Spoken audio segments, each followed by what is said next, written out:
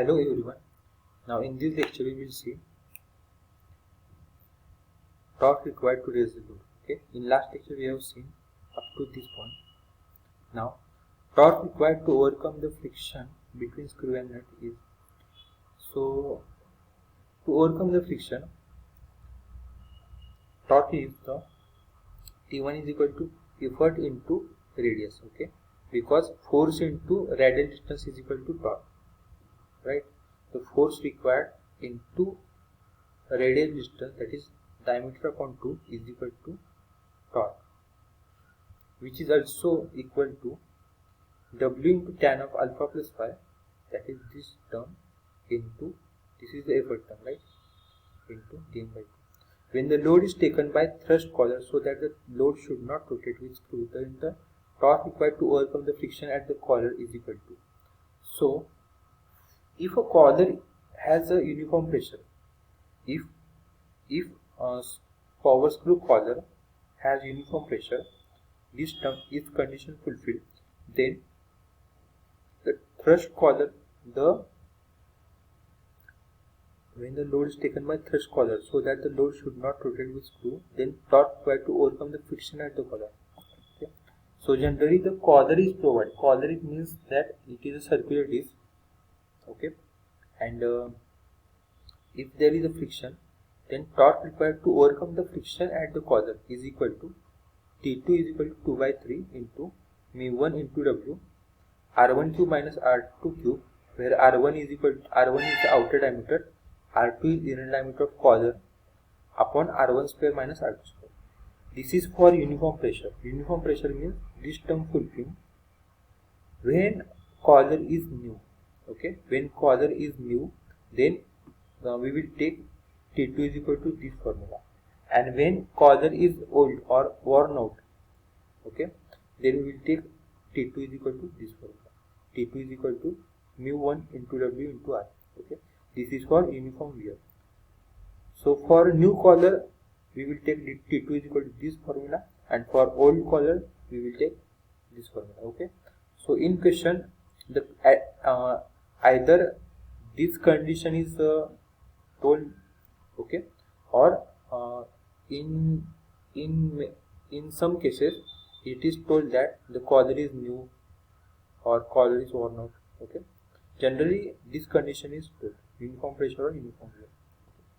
So T2 is equal to, for this, mu1 into W into capital R. Capital R means the ratio, average of R1 and R2. Okay. So there are two torques. First one is to overcome the friction between screw and nut, and second one is the overcome the friction at the collar. Okay. Therefore, total torque required to raise the load is equal to T is equal to T1 plus T2. Okay, T1 plus T2. Now the torque required to lower the load. To lower the load, torque required is less than to lift the load, right? So we have taken this formula, okay, and we will write down here torque required to lower the load.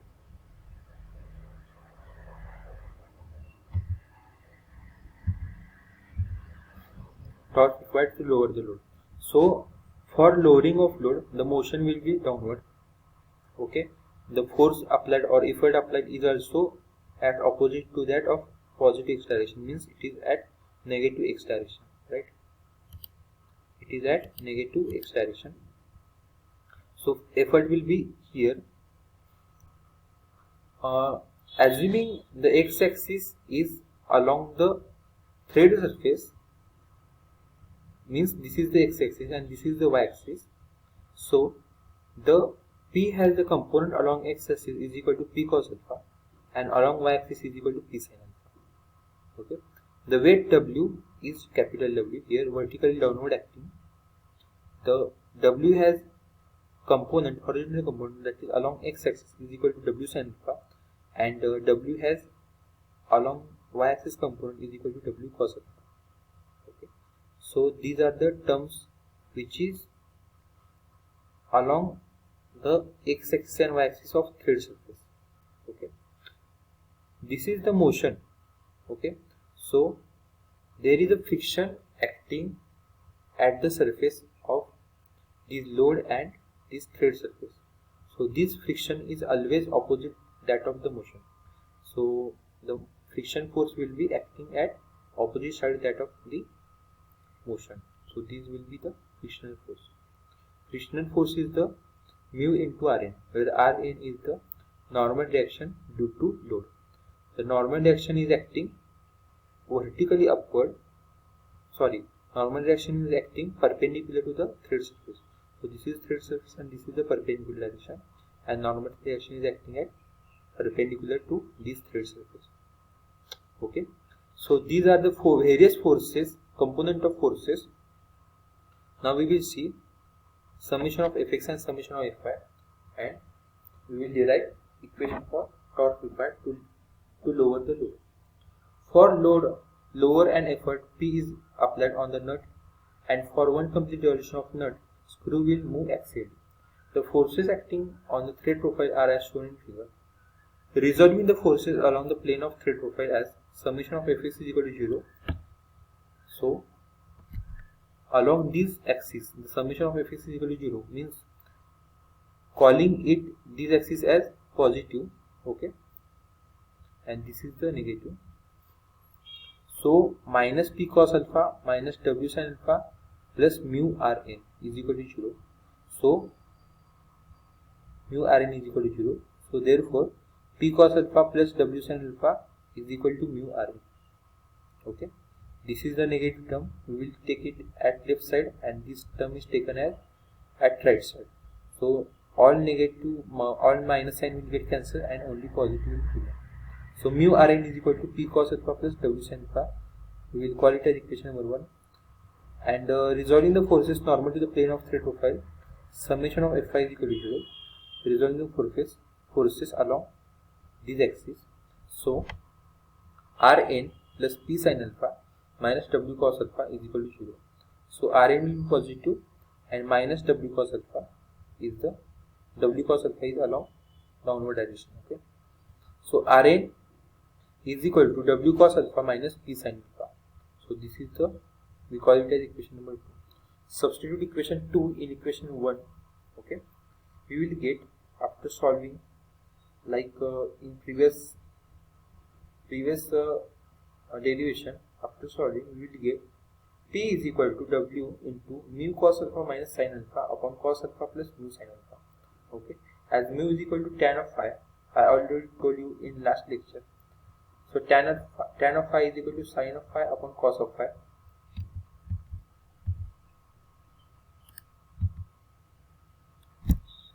So putting mu is equal to tan of phi here, that is sin of phi upon sin of phi upon cos of phi here, we will get equation. We will the equation will develop in terms of sin phi into cos alpha minus sin alpha into cos phi upon cos phi upon cos alpha. Okay, sin phi into cos alpha minus sin alpha into cos alpha means this is the equation for sin of phi minus alpha. Okay, and cos alpha into cos alpha into cos phi plus sin phi into sin alpha. This is the equation for cos of phi minus alpha. Okay, and these cos phi and cos phi will get cancelled. Okay, so we will get P is equal to W into sin of phi minus alpha upon cos of phi minus alpha, and the ratio of sin and cos is equal to tan. So P is equal to W tan of phi minus alpha. So observe this equation. To lower the load, the in equation P is equal to W into tan of phi minus alpha. Minus is term is getting here to lower in case of to lowering the load, and to raise the load there is the plus sign. Okay, there is a plus sign, that is phi plus alpha. To raise the load, phi plus alpha to lower the load phi minus alpha. Okay, remember that. Now torque required to overcome the friction between the screw and nut. Now we have to take the total torque. T1 is the torque required to overcome the friction between screw and nut, which is equal to P into radius, that is dm by 2. P is equal to this into dm by 2. Okay. Now T2 is the collar friction. As per last lecture we have I told you that T2 is the collar friction. For uniform pressure condition, T2 value of T2 is equal to this, and for uniform wear condition, value of T2 is equal to this. Okay. Please refer last lecture also. Now the value of T2 and T1, the addition of both is equal to total torque required to lower the load. Okay. So in this condition, T1 plus T2 is equal to total torque. Okay.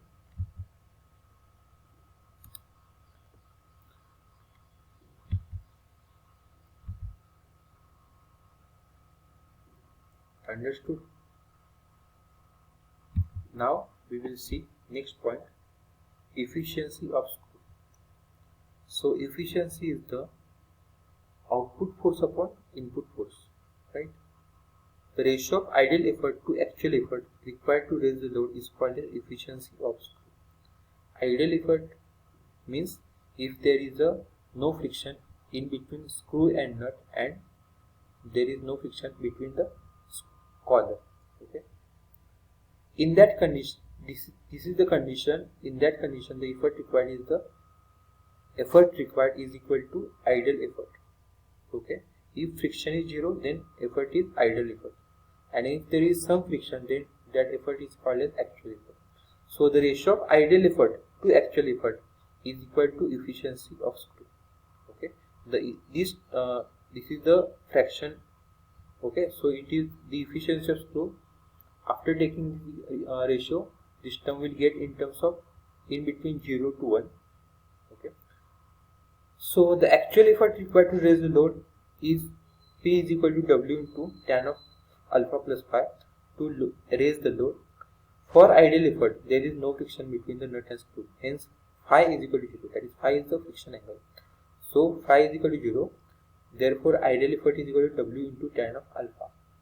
Hence, efficiency is equal to ideal effort upon actual effort, means PO upon P into 100, which is equal to W into tan alpha upon W into tan of alpha plus phi into 100. Okay. So efficiency will be ratio of this upon this, ratio of this and this. Now we will see next point, overall efficiency of screw. So this is efficiency of screw, only screw. Okay. In this efficiency, only T1 is taken, right? T2 is not taken. The ratio of ideal torque to actual torque required to raise the load is called as overall efficiency of screw. So the actual or overall efficiency is the ideal torque required to actual torque required to raise the load. Okay. So actual torque required to raise the load is equal to T1 plus T2. So this is the after taking the addition of these two, and then ideal effort is equal to, if friction between screw and nut and collar is absent, then this is the ideal effort. Okay.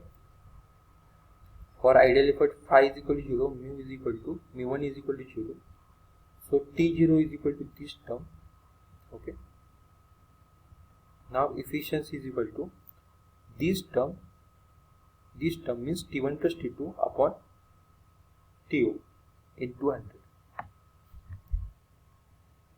Now the efficiency is equal to ideal effort, ideal torque upon actual torque. Okay. So this is the efficiency in percentage.